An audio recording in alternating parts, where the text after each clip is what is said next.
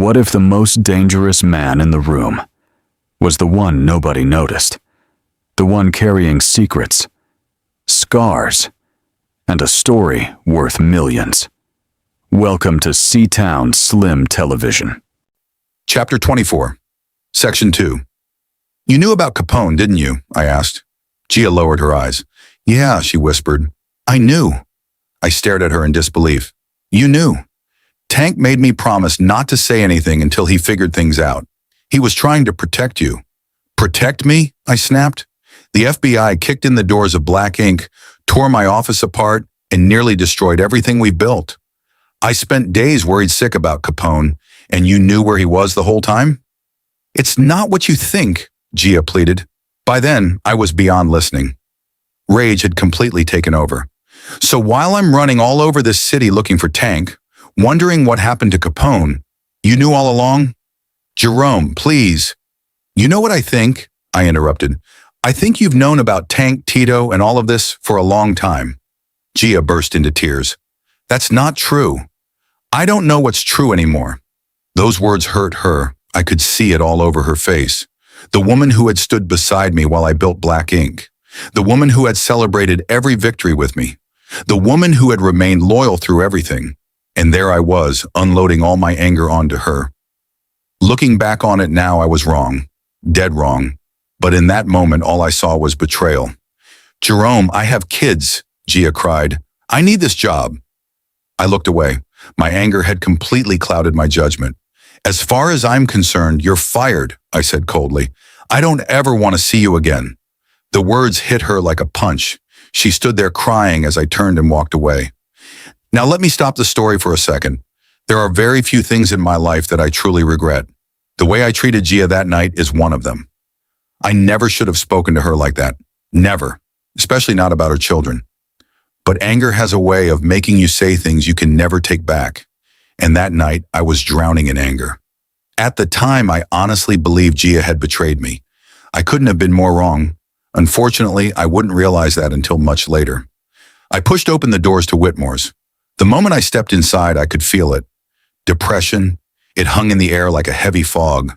There was no music, no laughter, no lively conversations. Just people trying to find answers at the bottom of a bottle. Tank was one of them. He sat alone at a table. A bottle of Grey Goose, a shot glass, his head buried in his hands, looking like the weight of the world had finally become too much to carry. As I walked toward him, several people greeted me. I ignored every single one of them. I wasn't there to socialize. I was there for one reason. Tank. What's up, Tank? I shouted loud enough for everyone in Whitmore's to hear. Is there something you've got to tell me?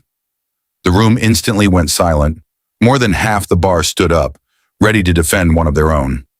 Looking back on it now, confronting Tank in the middle of his neighborhood probably wasn't the smartest decision I'd ever made, but I wasn't thinking. Rage had completely taken over. Tank slowly lifted his head and looked at me. Rome, he said calmly, you don't want to do this right now. Let me finish my drink, then we'll go to the office and talk. He reached for the Grey Goose. I reached it first. The shot glass exploded across the floor after I slapped it out of his hand. Before anyone could react, I knocked the bottle off the table. It crashed against the wall, sending glass in every direction. The men who had been standing rushed toward us. I swear to God, Tank barked without taking his eyes off me. Not one of y'all better put your hands on him. His voice froze everyone in place. I didn't even bother looking behind me. My attention never left Tank. How could you? I demanded. How could you use Black Ink to move drugs? After everything we built together. Capone's fighting for his life. The feds are crawling all over my company because of what you pulled, and Hollywood doesn't even want to do business with me anymore. Tank slowly stood. You know what? He said. What? Fuck you, I stared at him. Fuck me? Yeah, fuck you. His eyes never blinked. I did what I had to do. My people don't know how to write books. They damn sure don't know how to rap. I made sure their families had food on the table. You weren't doing that. And what about Capone? I fired back. After everything he did for us? Capone made his own choices, Tank replied. He had a way out and still wanted to play gangster. That's on him. He took one step closer. And another thing, you think everything is supposed to revolve around you. It don't. In my world, I take care of mine. If it wasn't for me, black ink never gets off the ground. If it wasn't for me, your dream never becomes reality. His words hit harder than I wanted to admit. Then he delivered one final shot. If it wasn't for me, your son wouldn't even be eating. Something inside me snapped. I reached across the table, grabbed Tank by the front of his shirt, and drew my fist back. Before I could throw the punch, something slammed into the side of my face. My vision exploded into a blur of white lights. Before I could gather myself, another fist caught me from the opposite side, sending me crashing to the floor. The room spun. All I could see were boots surrounding me. Then they started coming from every direction. Kicks, punches, stomps. I curled up, trying to protect myself, but there were too many of them. Every time I tried to get back to my feet, another blow knocked me right back down. Through the pain, I searched for one person. "Tank!" I yelled. Another kick landed. "Tank! Stop him!" Nobody listened. I could barely breathe. Another stomp drove the air from my lungs. "Tank!" I screamed again. "All I ever tried to do was help. This ain't fair. I would have never crossed you. This ain't my fault." The beating continued. "You know me better than this." For what felt like forever, fists and boots kept raining down on me. Then, "Enough!" Tank's voice thundered across the room. Everything stopped. The room fell silent except for the sound of my ragged breathing. My face throbbed. One eye was already swollen shut. Blood ran from my mouth onto the floor. 3 teeth were gone. Every inch of my body screamed in pain. Tank slowly walked over and knelt beside me. "I didn't want this to happen," he said quietly. "Not to you of all people. But you came in here disrespecting me in front of everybody. You know I couldn't let that slide." I struggled just to lift my head. "All I ever did," I coughed, spitting blood onto the floor, "was help." Tank stared at me for a long moment. This time, he didn't have a single word to say. Finally, he stood. "Somebody take my boy to the hospital." One of the women from the bar hurried over without hesitation, while Tank turned and walked toward the door. Tank stepped outside without saying another word. Snow crunched beneath his boots as he climbed into his car. He sat there for a moment, gripping the steering wheel before finally pulling away from the curb. The ride was silent. No music. No phone calls. Just the steady hum of the engine and the thoughts racing through his mind. No matter how hard he tried, Jerome's voice refused to leave him. "All I ever tried to do was help." Those words echoed over and over. Tank knew the truth. Deep down, he knew none of this should have happened. Everything had started with good intentions. He wanted to put money in people's pockets. He wanted his people to eat. The streets were the only way he knew how to make that happen. But somewhere along the way, the lines became blurred. Now Capone was locked up. The feds were circling black ink. Jerome hated him. And for the first time in a long time, Tank started wondering if he'd become the very thing he'd always promised himself he'd never be. "Damn, Rome," he whispered to himself. "Why'd it have to end up like this?" He already knew there was only one way to stop everything from getting any worse. The question was he willing to pay the price? Gia had called Sky. She was devastated. Between Tank and Jerome falling out, Capone's arrest, the federal investigation, and everything else happening around black ink, it felt like everyone's world was falling apart. She cried as she told Sky everything, even about the fight. Jerome had been taken to the hospital, but nobody knew where he was afterward. So when Jerome finally called and told Sky he was coming over, she didn't hesitate. She was determined to be there for him. She figured they both needed each other now more than ever. She had no idea someone else was on the way. About an hour later, a knock came at her penthouse door. Thinking it was Jerome, Sky smiled as she walked over to answer it. The moment she opened the door, her smile vanished. Julia stood on the other side. Without thinking, she tried to slam the door shut. Julius jammed his foot between the door and the frame. Then he drove his shoulder into it. The force knocked Sky backward onto the floor. Julius calmly stepped inside and closed the door behind him. Sky stared up at him in fear. His face carried a coldness she'd never seen before. "Where's your man?" he growled.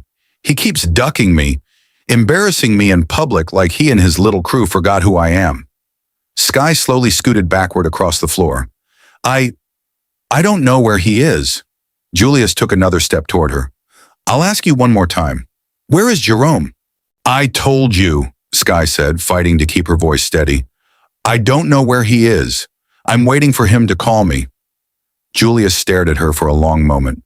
There are reasons I'm looking for him that you don't even understand. Sky swallowed hard. What reasons? Julius ignored the question. Let's start with Gambino. His voice grew colder. The last people seen arguing with him were your man and Melly. Then Gambino disappears. So what? Sky fired back. That doesn't mean Jerome had anything to do with it. The words had barely left her mouth. Julius closed the distance between them. The sharp crack echoed through the penthouse. Sky cried out as the blow knocked her sideways. Before she could recover, Julius shoved her backward again. She hit the floor hard. Fear rushed through her as she tried to crawl away. Julius followed. He planted his foot firmly against her chest, pinning her to the floor. She gasped, struggling to breathe beneath the pressure. He leaned down until his face was only inches from hers. I'm only going to ask you one last time. His voice was calm, almost too calm. Where is Jerome? Sky looked him straight in the eyes despite the fear running through her body. I already told you. She shook her head. I don't know. Julia's expression turned even darker. Wrong answer. The coldness in his voice sent a chill through Sky's entire body. She realized this wasn't about intimidation anymore. Julius had come there fully intending to make someone pay. Julius took one slow step closer. Sky's heart pounded against her chest. She knew the look in his eyes. Reason was gone. Only anger remained. She tried one last time. Julius, please, I told you the truth. He didn't respond. Instead, he grabbed the nearest object and hurled it across the room. It crashed against the wall, exploding into pieces. Sky flinched. She looked toward the front door, silently praying Jerome would walk through it before things got any worse. He never came. A few minutes later, ding! The elevator chimed as I stepped onto Sky's floor. The hallway seemed unusually quiet. As I made my way toward her penthouse, everything that had happened over the past few days replayed in my mind. Tank, Capone, the feds, black ink, getting stomped out. Julius. It felt like my life had become one long nightmare that refused to end. Nothing was going the way I'd imagined. Black ink was supposed to put Cleveland on the map through books. Instead, the company was surrounded by problems from every direction. I was exhausted, mentally, emotionally, physically. More than anything, I just wanted to see Sky. Whenever life became too heavy, she always had a way of helping me find my footing again. I was hoping she'd be able to do it one more time. I finally reached Sky's door. Something immediately felt off. The door wasn't completely closed. It sat slightly open. A bad feeling settled in the pit of my stomach. I slowly pushed the door open and stepped inside. The apartment was silent. Too silent. As I moved down the hallway, I noticed signs of a struggle. A table had been knocked over. Flowers were scattered across the floor. Broken glass covered the hallway. The closer I got, the faster my heart began to race. Then I saw her. Sky! I sprinted toward her. She lay motionless on the floor. Blood trickled from her nose. A cut split the corner of her mouth. One side of her face was badly swollen. I dropped to my knees beside her. Baby, come on! I gently lifted her head. She didn't respond. My hands began shaking as I searched for any sign that she was okay. She was breathing. Thank God. I grabbed my phone and immediately called 911. Within minutes, paramedics and police filled the penthouse. The detectives questioned me from every angle. Where had I been? When had I arrived? Did I know who could have done this? Fortunately, my travel records and the timeline of everything that had happened cleared me almost immediately. The detectives were still searching for answers. I already had mine. I knew exactly who was responsible, but I wasn't about to point the finger. Not like that. Some debts. A man has to settle himself. Julius sat alone in his office, staring at the financial reports spread across his desk. There was a time when looking over the books filled him with pride. Black Cartel had become so successful that the numbers made him feel untouchable. Independent record labels in their prime weren't putting up figures like his. There was only one company that threatened that feeling of invincibility. Big Stacks. What bothered Julius wasn't having legitimate competition. It was how quickly they had climbed to the top. For years, whenever people mentioned Cleveland, Julius expected his name to follow. Now things had changed. People talked about Black Ink Publishing. They talked about Big Stacks. Slowly but surely, the grip he'd held on Northeast Ohio was slipping away. The latest quarterly reports proved it. Sales were declining. Market share was shrinking. What made it even harder to accept was knowing exactly who was responsible. Jerome Williams, Donald James. The two men he'd grown to hate more than anyone else. And to make matters worse, the woman he believed belonged to him had fallen in love with Jerome. That was something Julius simply couldn't accept. In Julius' twisted mind, none of this was supposed to happen. He was supposed to be the man Sky fell in love with. The first man she gave her heart to. The man she woke up beside every morning.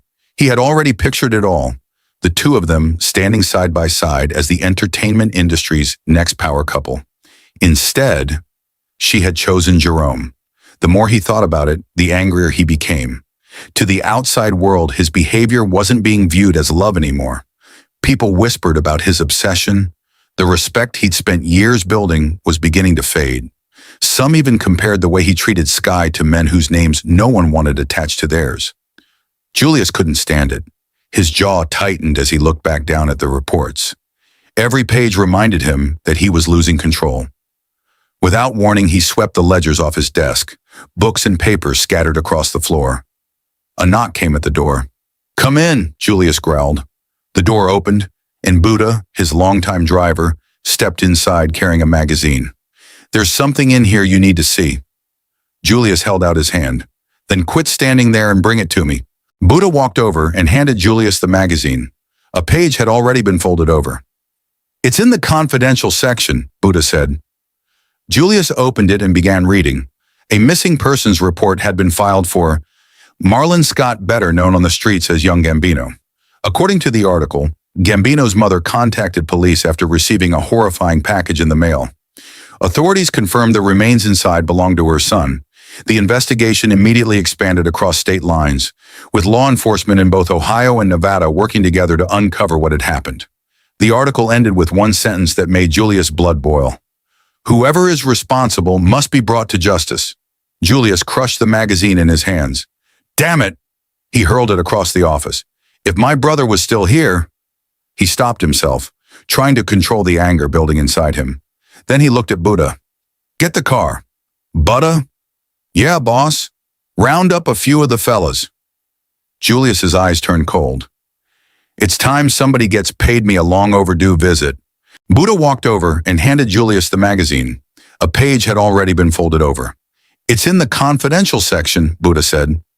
Julius opened it and began reading. A missing persons report had been filed for Marlon Scott, better known on the streets as Young Gambino. According to the article, Gambino's mother contacted police after receiving a horrifying package in the mail. Authorities confirmed the remains inside belonged to her son. The investigation immediately expanded across state lines, with law enforcement in both Ohio and Nevada working together to uncover what had happened. The article ended with one sentence that made Julius's blood boil. "Whoever is responsible must be brought to justice." Julius crushed the magazine in his hands. "Damn it!" He hurled it across the office. "If my brother was still here..." He stopped himself, trying to control the anger building inside him. Then he looked at Buddha. "Get the car." "Buddha?" "Yeah, boss. Round up a few of the fellas."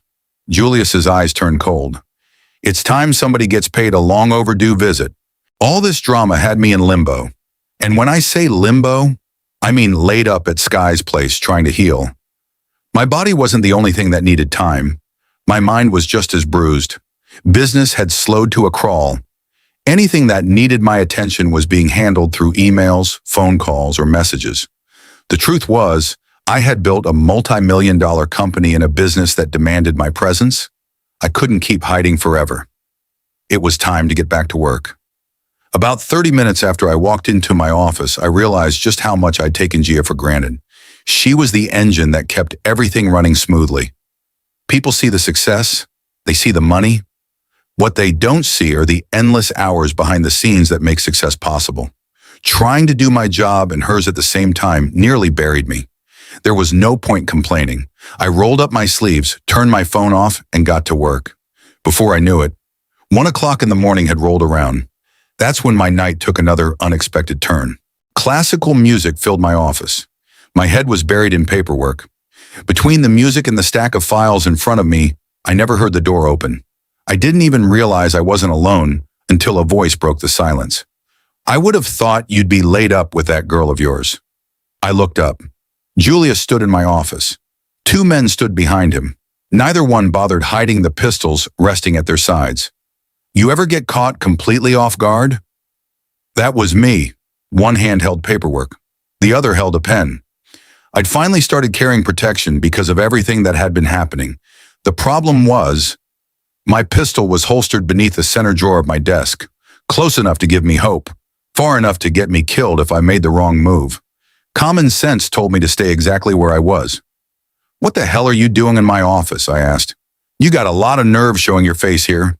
Julius smiled. First of all, he took another step toward my desk. You're in no position to be asking questions. His smile disappeared. I asked the questions. He locked eyes with me. So let's start with this. Where's young Gambino? How should I know? I answered. He ain't one of my people. Julius slowly walked around my desk. He leaned in until we were face to face. Without warning, he slapped me hard across the face. The sting instantly lit a fire inside me. I shot up from my chair, reaching for him. Before I could make another move, click, click. The unmistakable sound of 2 pistols being readied stopped me cold. I glanced toward Julius's 2 men. Both weapons were pointed directly at me. Stings a little, don't it? Julius asked with a smug grin. Like he owned the place, he perched himself on the corner of my desk. He reached into my humidor, helped himself to one of my cigars, clipped the end, and lit it. Then, just to make his point, he leaned forward and blew the smoke directly into my face. Every part of me wanted to break his jaw. I had never wanted to hurt another man so badly. If only the odds had been in my favor. I swallowed my anger and smiled instead. I can't believe somebody as polished as you claims to be... I said, let a woman get you this far out of character. Julius paused. So you think I'm here because of Sky? What else would it be? I shrugged. You tried to take my girl. You put your hands on her. Truth is, you don't want my problems. I looked him dead in the eyes. You want my life. For the first time since he walked into my office, the smile disappeared from Julius's face. You think I'm here because of Sky? Julius asked. What else would it be? I fired back. First you tried to take my woman, then you put your hands on her. Now you're standing in my office. I shook my head. When it all boils down to it, you want what I got. My life, my success, my girl. Julius laughed, not because it was funny, because he knew something I didn't. You really believe that? He took another puff from my cigar. So you think you're about to die tonight over a woman? He slowly shook his head. My hatred for you started long before Sky ever came into the picture. I frowned. What the hell are you talking about? I've hated you for 10 years. His words stopped me cold. 10 years? My mind immediately started searching for answers. 10 years earlier, I was still in the streets. By the end of that same year, I was sitting behind prison walls. I couldn't think of a single reason Julius White would have wanted me dead. He studied my face and smiled. You still don't know, do you? I stayed silent. He leaned forward. Let me help you. 2 words left his mouth. Melvin White. The moment I heard the name, everything came rushing back. The name hit me like a freight train. Memories I hadn't thought about in years came rushing back all at once. I saw Lil D, curled up in that prison bathroom stall, broken, bleeding. The image was burned into my memory. Then I saw myself, standing there with those sharpened colored pencils in my hand. Melvin White sat at the table with his back turned, completely unaware of what was about to happen. I remembered the rage. I remembered charging him. I remembered driving those pencils into his back. I remembered the look on his face as he desperately tried to stop the bleeding. Then it hit me. Melvin White was Julius White's brother. "I see you remember now," Julius said with a satisfied grin. For the first time since he walked into my office. I didn't have a smart answer. I stood there in stunned silence. Julius slowly nodded toward his two men. Before I could react, they rushed me. One grabbed each arm and slammed my hands flat against the desk. I fought to break free, but they were too strong. Julius calmly puffed on the cigar while watching me struggle. The glowing tip burned brighter with every pull. He stepped closer. "Before I send you to meet your maker," he leaned down until we were eye level. "I want one last answer. Where's young Gambino?" "How the hell should I know where young Gambino is?" I shot back, struggling against the two men holding me. Julius slowly shook his head. "Wrong answer." Without taking his eyes off me, he removed the cigar from his mouth. The bright red tip glowed in the dimly lit office. Then he reached for my hand. The burning end pressed against the back of it. Pain ripped through my body.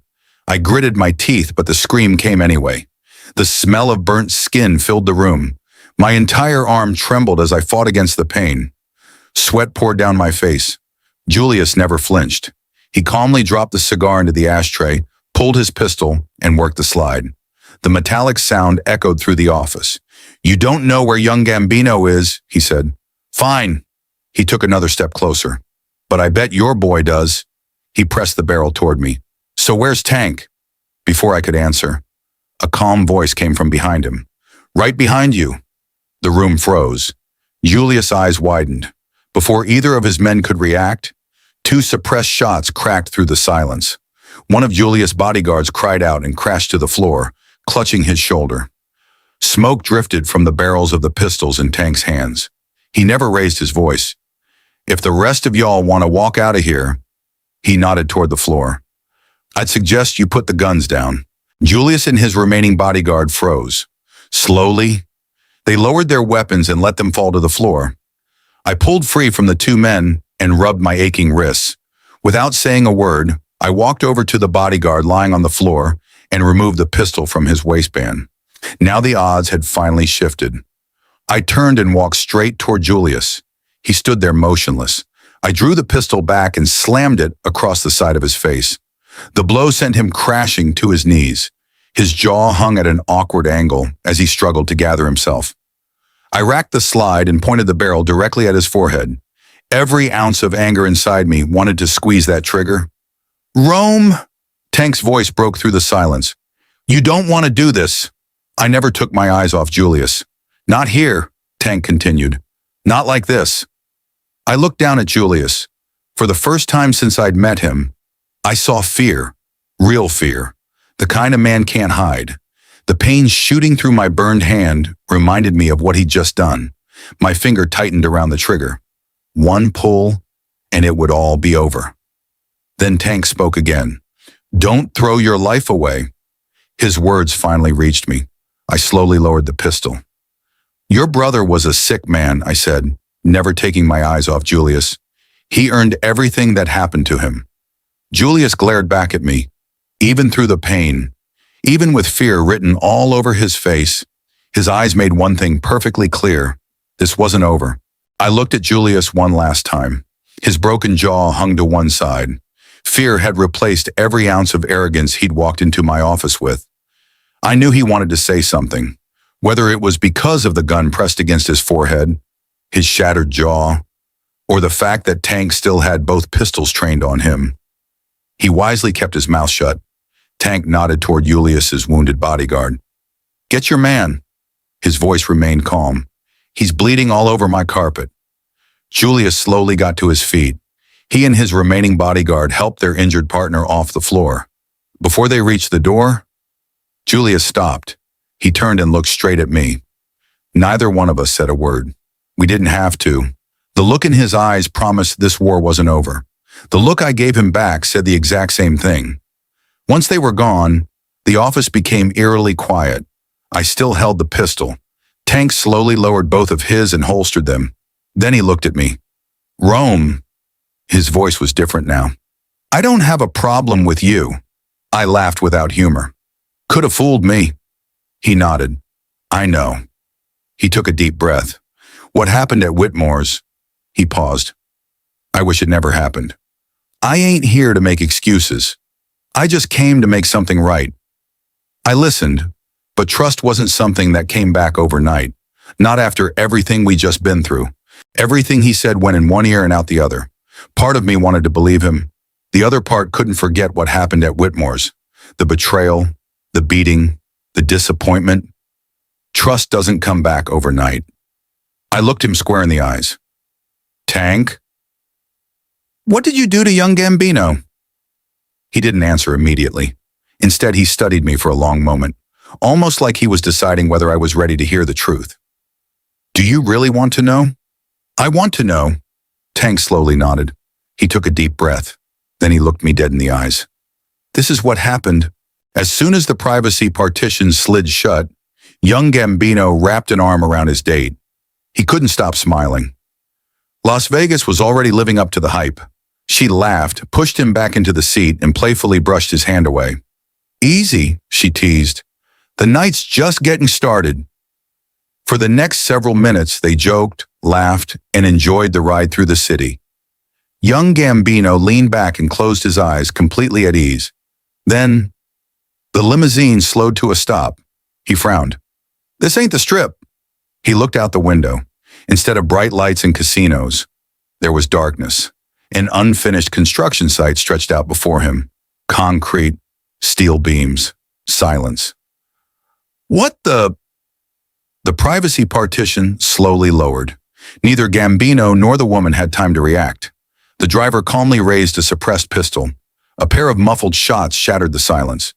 The woman slumped beside Gambino before she could even cry out. Shock took over. Instinct kicked in. Gambino lunged for the door, forcing it open as he stumbled out of the limousine. The cold night air hit him all at once. Then he heard it. Click, click. He froze. Two men stood several feet away with shotguns trained directly on him. Standing calmly between them was Tank. So, Tank said calmly, you thought you could put your hands on one of my people and just walk away? Young Gambino's eyes darted around the construction site, desperately searching for an escape. What do you want with me? He asked, trying to keep the fear out of his voice. You'll find out soon enough. Without another word, Gambino turned and ran. He barely made it a few steps. A shotgun blast echoed through the empty construction site, dropping him hard to the ground. His scream pierced the night. Tank never changed expressions. Bring him. The two men walked over, grabbed young Gambino beneath the arms, and dragged him toward the unfinished building. A dark trail followed behind them across the concrete. Inside, they carried him into what would eventually become an office and secured him to a heavy work table. Tank remained quiet. He looked out through the exposed steel framing at the lights of Las Vegas glowing in the distance.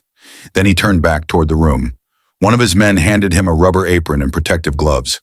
Young Gambino watched every move. The confidence he'd carried onto the private jet was gone. Please, he begged, whatever this is, we can work something out. Tank looked at him for a long moment. You can do one thing for me. Hope flashed across young Gambino's face. Anything. Tank's expression never changed. Accept the consequences of your choices. I only need one thing from you. Young Gambino nodded frantically. I'll do it.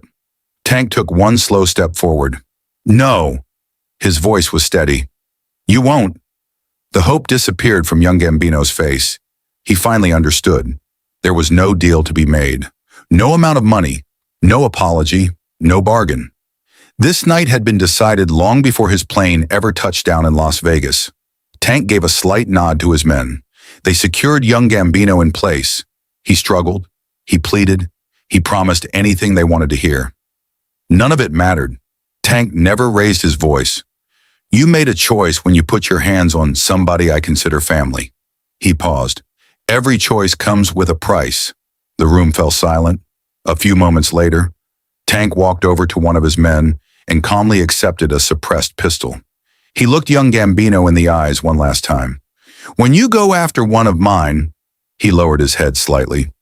Don't expect me to forget it. The suppressed shots echoed softly through the unfinished building. Silence followed. Tank handed the pistol back. What do you want us to do now? One of his men asked. Tank looked around the construction site. We make sure nobody ever finds him." The men nodded.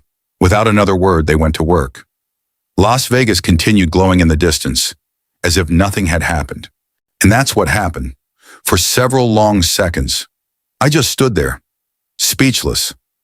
I'd known Tank a while now. We'd been through things most people couldn't imagine. But hearing what happened in Las Vegas, hearing how far he was willing to go because someone put their hands on me, it shook me. I looked at him differently. Not because I agreed with everything he'd done, I didn't, but because I finally understood the depth of his loyalty. There wasn't a trace of pride on Tank's face, no smile, no bragging. He simply stood there waiting on whatever I was going to say. Finally, one word escaped my mouth. "Why?" Tank looked down at the floor for a moment before answering. "Because he put his hands on you." He looked back up at me. "Rome, what happened at Whitmore's?" His voice trailed off. "I wish it never happened." He shook his head. "I ain't about to stand here making excuses. I know I was wrong." He took a deep breath. "I just want the chance to make it right." He didn't wait for my answer. He simply turned, walked out of my office, and quietly closed the door behind him. I stood there staring at the door long after he was gone. The anger I'd been carrying since Whitmore's hadn't disappeared, but it wasn't as heavy as it had been before he walked through that door. For the first time, I could finally see where Tank's loyalty truly belonged. Some stories end, but the real ones leave questions unanswered. If this chapter pulled you in, like, subscribe, and share, because the next move changes everything. Until next time, welcome to the world of Seatown Slim Television.